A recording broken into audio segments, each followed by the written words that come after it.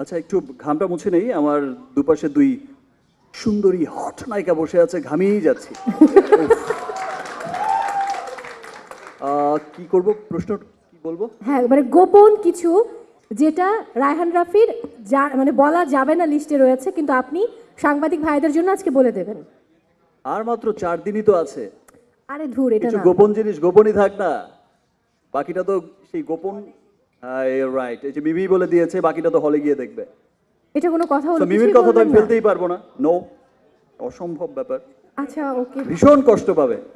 আমি কদিন আগে আমার ব্যবসায়িক প্রতিষ্ঠান হার্লেনের র্যাম শোতে হেঁটেছি, বহু বছর পর, হয়তো বা আমি একটা 12-14 বছর পর র্যাম শোতে হেঁটেছি, আমারই ব্যবসায়িক প্রতিষ্ঠান রিমার্ক হার্লেনের।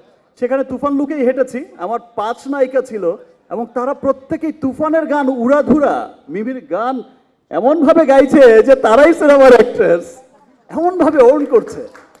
আমার ওই 5 নায়িকাকেও অনেক থ্যাঙ্কস তারা ওন করার জন্য। তো মিমিকে অনেক ধন্যবাদ, আমাকে অনেক হেল্প করেছে, মিষ্টি খাইয়েছে।